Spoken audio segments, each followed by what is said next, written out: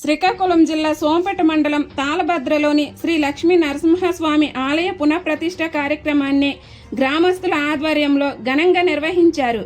ఈ కార్యక్రమంలో ప్రభుత్వ విప్ ఇచ్చాపురం ఎమ్మెల్యే బెందాల అశోక్ పాల్గొని ప్రత్యేక పూజలు చేశారు. అర్చకులు వేద మంత్రాలతో నడుమ స్వామివారికి మంగళహారతులు అందజేశారు. అనంతరం తీర్థ ప్రసాదాలు సమర్పించారు. అంతకుముందు ఎమ్మెల్యే అశోక్ కు నుదుటిన తిలకం దిద్ది గ్రామస్తులు, ఆలయ కమిటీ సభ్యులు ఘన స్వాగతం పలికారు. మరోవైపు ఆలయానికి భక్తులు, పరిసర ప్రాంత ప్రజలు అధిక సంఖ్యలో చేరుకోవడంతో సందడి వాతావరణం నెలకొంది. ఈ కార్యక్రమంలో సోరాడ చంద్రమోహన్, మద్దిలి నాగేశ్వరరావు, చిత్రాడ శ్రీనివాసరావు, కూటమి నేతలు, కార్యకర్తలు, గ్రామస్తులు, యువత పాల్గొన్నారు.